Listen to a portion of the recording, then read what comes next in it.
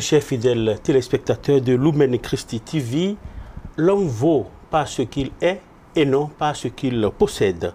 Bienvenue dans votre émission Tolélégié. Tolélégié, c'est le rendez-vous hebdomadaire qui vous connecte à la pensée de nos pères, les évêques morts ou vivants, à travers les lettres pastorales pour raviver et former notre conscience chrétienne et citoyenne. Le professeur Alain-François Adiou, spécialiste en discours social de l'Église, très fidèle à ce rendez-vous, c'est un homme qu'on ne présente plus, nous apporte une fois encore son expertise cette semaine dans la compréhension de la lettre pastorale intitulée « L'amour de l'argent est la racine de tous les maux » donnée à Kandy en l'année jubilaire 2000 par les ordinaires du Bénin. Bienvenue à vous, professeur Adiou. Merci beaucoup, cher père. À l'entame de la lettre, nos pères, les évêques, ont clairement notifié que cette lettre-ci vient en complément à une autre lettre intitulée « Ne laissons pas bafouer la famille africaine sur sa propre terre ». Et nous précisons au passage que cette lettre en question fera l'objet de notre étude très bientôt. Alors, cette précision des évêques montre clairement qu'il y a un lien entre cette lettre-ci et celle que je viens de citer. Alors, professeur Adiou, quel était le contexte? Merci beaucoup à nouveau. Je vais me permettre de faire un rappel.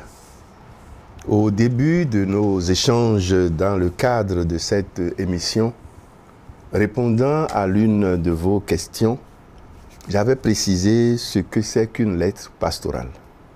Et je m'étais permis de me référer amplement à son éminence cardinal Bernardin Ganty. Je vais reprendre une large citation de sa réflexion. Les lettres pastorales, a-t-il dit, font partie des devoirs ordinaires de l'évêque chargé d'une communauté diocésaine. Ce sont des moyens privilégiés d'évangélisation, hérités de la longue tradition de l'Église et mis à la disposition du pasteur à qui le Christ continue de dire, après Saint Pierre, « Paix mes agneaux ». Depuis les débuts de notre évangélisation, continue-t-il le cardinal, alors que les premières structures hiérarchiques de l'Église étaient mises en place, les missionnaires et leurs premiers successeurs n'ont pas manqué de se faire les pèlerins de la parole de Dieu à travers notre pays et de s'en faire les messagers auprès de nos compatriotes, d'abord oralement et ensuite par écrit. L'accent a été mis sur l'aspect social de l'enseignement de l'Évangile. C'était l'une des premières préoccupations des missionnaires et de leurs successeurs.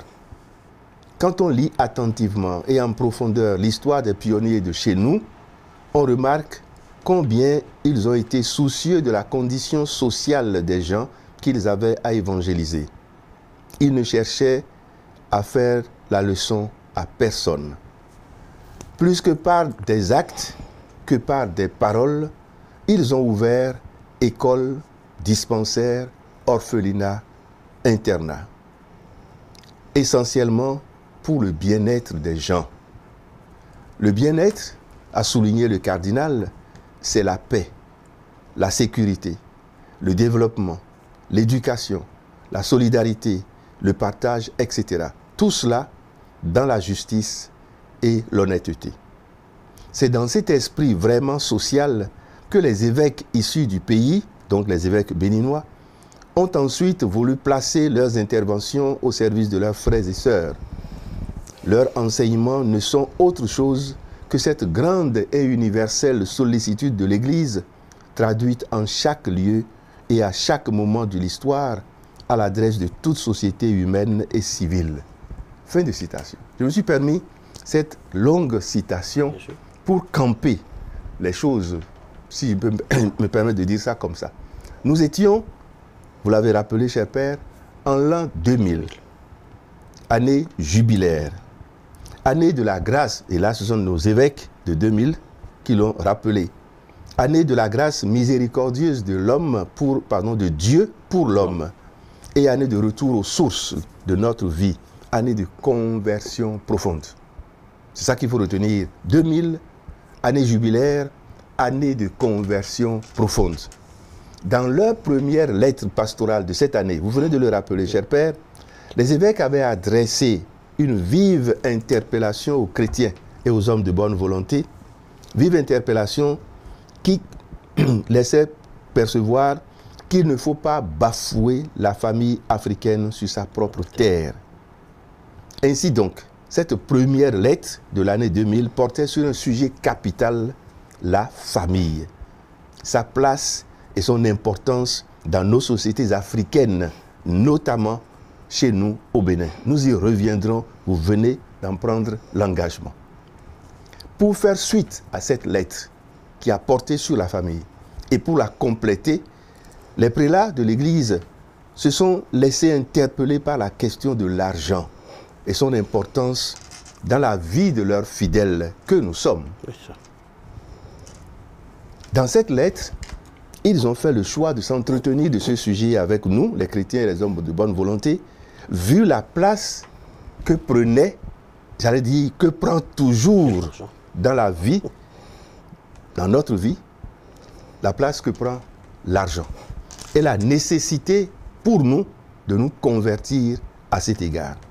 En effet, nul ne peut affirmer que l'argent ne soit pas une réalité incontournable.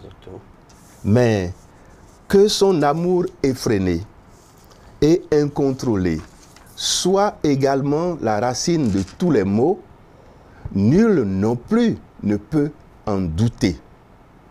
C'est à ce niveau-là que se pose le problème. Dès lors, on pense que tous les moyens sont bons pour l'acquérir et pour l'utiliser. Et d'ailleurs, c'est ce qui a justifié la ferme recommandation de Saint Paul à son fils, à son disciple Timothée. Et cette mise en garde, elle fait le titre de cette lettre-ci. La mise en garde, elle est toujours actuelle, d'une actualité permanente. L'amour de l'argent est la racine de tous les maux. C'est dans ce contexte-là que nous nous situons et c'est ça qui va nous permettre de parcourir la lettre de nos évêques de l'année 2000. Professeur Aliou, tel que présenté, on est porté à dire qu'elle n'a pas en réalité de structure et pourtant, elle en possède. Oui. Alors, parlez-nous un peu des différentes articulations de ce message de nos pères les évêques. 4 points essentiels ont été abordés par les évêques. Premier point, l'argent est un bon serviteur. Deuxième point, l'argent doit être le résultat d'un travail constructif, un travail bien fait. Troisièmement, l'argent en lui-même, l'argent en soi est neutre. Quatrièmement, c'est la relation entre l'argent et la conscience humaine. Donc, les évêques ont parlé au point 4 de l'importance de la conscience morale et spirituelle dans l'acquisition de l'argent. Ces points sont fondamentaux. Et c'est ces points que nous allons développer en nous appuyant fortement, largement sur le message que les évêques nous ont donné. Il y a des sujets sur lesquels nous ne pouvons pas ne pas laisser interpeller. Lisons-nous dans le message de nos pères les évêques. C'est dit qu'il y a des réalités de notre vie qui nous sollicitent. Et nos pères les évêques ont voulu parler à notre conscience. Je voudrais vous demander, professeur Adiou, que contient en réalité cette lettre? Le contenu est très fort, très simplement exprimé, mais très profond. Je vais y aller pas à pas par rapport aux 4 points que je viens d'énoncer. Exactement. Le premier thème, c'est l'argent est un bon serviteur. C'est une évidence. Nous le constatons nous-mêmes. Incontestablement, l'argent nous sert. L'argent est donc un serviteur, et même un bon serviteur. Il est considéré, l'argent, il est considéré comme un signe de bénédiction. Abraham était riche, très riche, en troupeaux, en argent et en or. Donc, Dieu comble ses enfants. Dieu comble ceux qu'il bénit L'argent est donc très utile. Serviteur, bon serviteur. Donc, nous en avons besoin. Les évêques l'ont affirmé. Il est nécessaire, l'argent, à la subsistance de chacun, aux soins du corps et de la santé. L'argent donne des possibilités importantes, des possibilités pour posséder des terres, des maisons, ainsi que tous autres biens indispensables à l'entretien de l'homme. Donc personne ne peut nier l'importance de l'argent. L'argent, il est nécessaire qu'il demeure le vrai serviteur ou un des vrais serviteurs de l'homme. C'est ce qui est important à retenir. En aucun cas, ni la volonté humaine, ni l'intelligence ne doit lui être subordonnée. Nous ne devons pas dépendre de l'argent. C'est ce que nous disent les évêques dans ce premier point. L'argent est un bon serviteur. Le second point, l'argent doit être le résultat d'un travail constructif, un travail bien fait. Il ne doit pas être, l'argent, le but recherché par lui-même, pour lui-même. Mais l'homme se perfectionne par son travail, affirment les évêques, et à juste titre. Par sa participation à l'œuvre créatrice de Dieu, car l'une des raisons d'être de l'homme est de créer, de produire et d'aimer la création. Donc nous sommes envoyés sur terre pour travailler, pour produire, pour achever la création. Et on le fait par le travail. L'acquisition de l'argent est une bonne conscience, l'acquisition de l'argent par une bonne conscience professionnelle est un élément qui grandit l'homme et le met en contact fraternel avec ses frères et sœurs, les humains. Donc c'est par le travail que nous créons de la richesse. En termes économiques, c'est cela. C'est par le travail que nous créons la richesse. La conscience professionnelle seule est capable de bien mener à terme le travail de l'homme. C'est cela qui est nécessaire pour que nous ayons un avoir sain. Ça, c'est le deuxième point traité par les évêques. Le troisième, l'argent en lui-même est neutre. L'argent en soi est neutre. Il appartient à la volonté, à l'intelligence humaine de le rendre bon ou mauvais. C'est donc nous qui faisons de l'argent notre bon serviteur ou quelque chose d'autre dont on va parler tout à l'heure. L'argent, même bon serviteur, peut malheureusement devenir mauvais maître. Et dans quelles conditions? Lorsqu'il est aimé pour lui-même et par-dessus tout. L'argent ne doit pas être le but recherché dans notre vie. Nous en avons besoin. C'est un moyen, mais pas une fin. Quatrième point, traité par les évêques, l'importance de la conscience morale et spirituelle dans l'acquisition de l'argent. Le relâchement de la conscience morale, spirituelle et civique, disent les évêques, morale, civique et spirituelle et professionnelle également, de nos conditions, de nos concitoyens, donc le relâchement de la conscience morale, spirituelle, civique et professionnelle de nos concitoyens, réside dans la course effrénée à l'argent et dans la volonté de l'acquérir par des voies tordues, des voies faciles, sans faire les efforts nécessaires, sans honorer le travail, sans rechercher à mettre en œuvre son intelligence. Et sans même considérer la dignité humaine. La dignité humaine, voilà. Donc la puissance de l'argent peut nous faire des erreurs. La puissance de l'argent nous pousse souvent à obliger d'autres qui dépendent de nous à agir à l'encontre de leur propre conscience, de leur devoir. Par contre, la voie de la conversion à Dieu nous départit de la duplicité, de la malhonnêteté et de la tromperie, afin de nous aider à incarner et à vivre les vertus de solidarité et de respect. Donc les évêques ont attiré notre attention là-dessus, pour camper à la fin le décor sur ce que l'argent arrive à faire pour que nous entrions ou que nous tombions dans le vice, c'est-à-dire le mal commun. Parce que l'argent a cette force-là de nous dominer si nous n'y prenions garde. En effet, au nom de l'argent Et là, je vais rester collé. Au nom de l'argent, on entend parler de personnes éliminées physiquement ou portées disparues pour des actions ténébreuses et sataniques. Et ce sont des phénomènes encore actuels. Actuels. Prélèvement d'organes humains pratiqués sur les défunts avant ou même après l'enterrement. Actes sacrilèges qui profanent nos cimetières et trahissent le sens si élevé que les Béninois ont des choses sacrées et de leur mort. Spoliation de citoyens devenus fréquentes. Rançonnement de tout genre. Trafic de mineurs vendus pour la prostitution ou pour servir dans les mêmes conditions de travail que nos parents déportés en pays lointains il y a quelques siècles. Achat de conscience, spécialement lors des campagnes électorales. Détournement de fonds publics qui ne réalisent jamais, ces fonds-là, qui ne réalisent jamais les travaux auxquels ils sont affectés en vue du développement de notre pays. La cybercriminalité, etc. Ces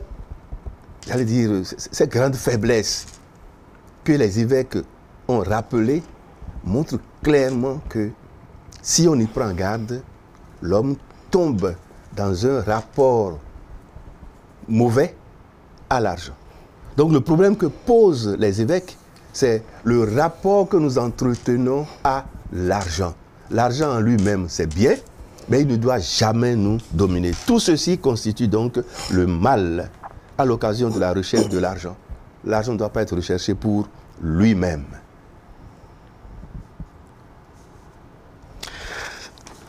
Tout ce que vous venez de citer, tout ce qu'on vient d'énumérer, et qui constitue les dérives dans lesquelles l'argent peut nous, l'amour effréné, et la course effrénée derrière l'argent peut nous amener à commettre. Et quand on voit très bien notre société aujourd'hui, tout ce qui a été cité, le trafic d'organes, la profanation des cimetières, l'achat des consciences, toutes ces réalités, tous ces vices que nous venons de citer, ces vices sont encore dans notre société aujourd'hui. Malheureusement. Ouais. Malheureusement. Et la recherche effrénée de l'argent pour résoudre nos problèmes quotidiens et pour notre vie, si dans cette recherche-là, nous perdions de vue que nous sommes des chrétiens catholiques, devant vivre des valeurs chrétiennes catholiques, si nous perdons de vue cela, alors nous tombons dans le décor. Ainsi, notre rapport à l'argent doit constamment, à temps et à contre-temps, rendre gloire à Dieu. Si nous perdons le sens de rendre gloire à Dieu dans tout ce que, de par sa miséricorde, sa générosité, il nous donne pour vivre notre vie de chrétien dans le monde, si nous perdons cela de vue, alors nous tombons dans les vices et l'argent devient notre maître. Au lieu que ce soit lui notre serviteur, nous devenons son serviteur et lui devient notre maître et mauvais maître. Malheureusement, ces pratiques-là existent encore et ça va faire l'objet d'un plus long développement dans l'émission qui va suivre, celle-ci. Et cette réalité dans laquelle nous sommes nous interpelle tout homme, mais en particulier le chrétien catholique. Parce que nous savons, tu ne voleras pas. Tu ne tueras pas. Tu ne tueras pas. Tu ne vas pas vouloir posséder ce que l'autre a sans le pas. Donc, mais tout ça, c'est des principes de vie que le Seigneur nous a donnés, nous a confiés. Si nous vivons ça en toute sincérité, en toute authenticité, il n'y a rien à faire. Nous transformerons l'argent en notre serviteur. Et il sera notre bon. N'oublions pas, on va sûrement le rappeler plus tard, n'oublions pas que, peut-être que vous serez surpris, Dieu n'a pas créé l'argent. Non. Ce sont les hommes qui ont créé l'argent. Ce que les hommes ont créé, doit-il dominer l'homme? Et devenir encore leur Dieu. Et devenir encore leur Dieu. Et eux, le serviteur. C'est Satan qui est passé par là, entre-temps. Nous y reviendrons. Il y a un chanteur ivoirien qui dit que c'est l'homme qui a créé l'argent, mais que c'est Dieu qui donne. Oui, et c'est pas faux. Dieu bénit. Dieu bénit parce que nous, les humains, nous sommes créés très bons. Quand Dieu nous a fabriqués, disons ça comme ça, quand il a créé le monde, etc., c'est bon, c'est bon, c'est bon, et puis nous, c'est très bon. Et il nous a investis, il nous a dit, allez, il nous a confié la nature, dominez-la, complétez, faites intelligence. Donc, si nous créons et que c'est pour rendre gloire à Dieu, il n'y a rien à faire, Dieu nous soutient. Donc oui, l'argent est créé par l'homme, mais c'est Dieu qui le donne. Alors, nous allons devoir nous en arrêter ici pour cette semaine, mais avant de chuter, je voudrais avoir un peu votre mot de fin par rapport à cette première partie de ce message assez dense de nos pères les évêques. Je rappelle que les évêques ne nous ont jamais interdit d'aller à la recherche de l'argent. Mais ils ont simplement dit qu'il faut aller à la recherche de l'argent par des moyens sains, en respectant la dignité humaine, en travaillant, parce que Dieu qui nous a créé nous a dit, mais je vous crée, mais travaillez la terre, dominez la terre et soumettez-la. Donc ce n'est pas notre travail que nous allons créer la richesse, c'est le travail qui crée la richesse. Donc il nous invite et il nous encourage à travailler pour créer de la richesse et construire notre pays, construire notre nation. Alors quel est votre mot de fin Merci, cher Père. Au terme de cette première partie? Dieu ne nous veut pas pauvres, ne nous veut pas dans la misère, il ne nous veut pas dans la souffrance. Il veut que notre vie glorifie Dieu le Père par Jésus et dans l'Esprit. Donc oui, Dieu veut que nous utilisions l'argent pour ce qu'il est, notre serviteur. Et parce que nous ne le faisons pas, nous devenons serviteurs de l'argent. Et c'est ce que les évêques nous ont demandé de ne pas faire. Rechercher l'argent pour ce qu'il est, serviteur. Nous en avons besoin pour vivre dignement, vivre correctement notre vie de chrétien. Donc, à cette étape-ci de la présentation de cette lettre, ce que je peux dire, c'est l'argent, c'est une bonne chose. C'est une très bonne chose. Nous, les chrétiens catholiques, nous devons travailler à rechercher l'argent de façon différenciée de nos autres frères et sœurs dans la cité. Ceux qui ne sont pas chrétiens, comme nous, qui peuvent faire ce qu'eux, ils savent faire pour avoir l'argent, on ne doit pas les imiter. Nous devons faire ce que nous devons faire pour qu'eux, ils se disent, mais attention, ceux-ci sont chrétiens, mais c'est par un autre truchement, par d'autres moyens corrects, sains, qu'ils accèdent à l'argent. Et quand nous avons l'argent, il ne faut pas que ce soit nous, les serviteurs de l'argent. Si nous avons l'argent, nous l'utilisons pour nous-mêmes et pour nos frères et sœurs dans la cité. L'argent, c'est pour nous. Il est à notre disposition pour que nous vivions dignement la vie que le Seigneur attend de nous. L'argent est à notre disposition. L'argent est un bon serviteur, mais peut devenir en même temps un mauvais maître. Merci, professeur Adiou, et pour cet exercice toujours bien réussi. Alors, nous allons devoir boucler cette émission et que je vous remercie d'avoir suivi, chers téléspectateurs. Nous sommes à la fin de notre parcours avec la lettre pastorale L'homme, l'argent.